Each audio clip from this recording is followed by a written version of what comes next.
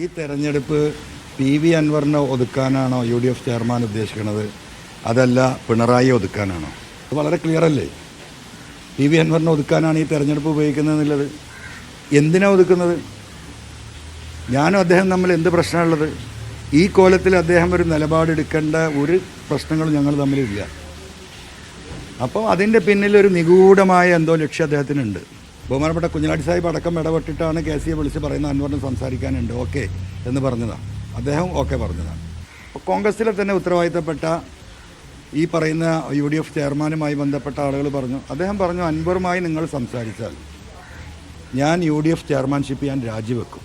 VD Satheesan, അതെനിക്ക് സഹിക്കാൻ കഴിയില്ല, അതെനിക്ക് എൻ്റെ അഭിമാനക്ഷത ഉണ്ടാവും.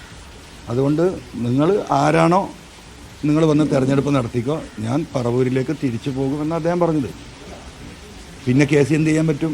ലോകത്ത് ആരും കേട്ടിട്ടില്ലാത്തൊരു സംഗതി അസോസിയേറ്റ് മെമ്പർ ആയിക്കോട്ടെ എന്ന് പറഞ്ഞു ഞാൻ. കാരണം എന്താ, ഞാൻ ആദ്യം പറയുന്ന പോലെ ബസ്സിൻ്റെ സ്റ്റെപ്പിലാണെങ്കിൽ നമ്മൾ ലക്ഷ്യത്തെത്തിയാൽ മതിയല്ലോ.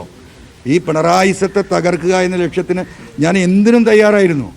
അതിനൊന്ന് കൂട്ടിപ്പിടിക്കണ്ടേ? അത് ഡിക്ലെയർ ചെയ്യാൻ ഏൽപ്പിച്ച വ്യക്തി ഇത്രയും ദിവസം അത് ഡിക്ലെയർ ചെയ്യാതെ പിടിച്ചു വെച്ച് അവസാനം ഇപ്പോൾ ഞാൻ നയം വ്യക്തമാക്കണമെന്നാണ് പറയുന്നത്. ഞാൻ തൽക്കാലം നയം വ്യക്തമാക്കാൻ ഉദ്ദേശിക്കുന്നില്ല. എൻ്റെ നയം കേരളത്തിലെ ജനങ്ങൾക്കറിയാം. അദ്ദേഹം ഇപ്പോൾ ഉദ്ദേശിക്കുന്നത് എന്താ അറിയോ?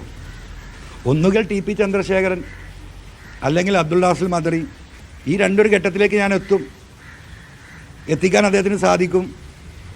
അപ്പം ഇരുട്ടിൻ്റെ മറവിൽ എന്നെ വെട്ടിക്കൊന്ന് എന്നെ ഇല്ലായ്മ ചെയ്യണോ, അതല്ല ഈ പറയുന്ന രീതിയിൽ അബ്ദുൾ നാസർ മദറിയെ ജയിലിലടച്ചതുപോലെ ജയിലിലടച്ച് എന്നെ ഇഞ്ചിഞ്ചായി കൊല്ലണോ എന്ന കൃത്യമായ ധാരണ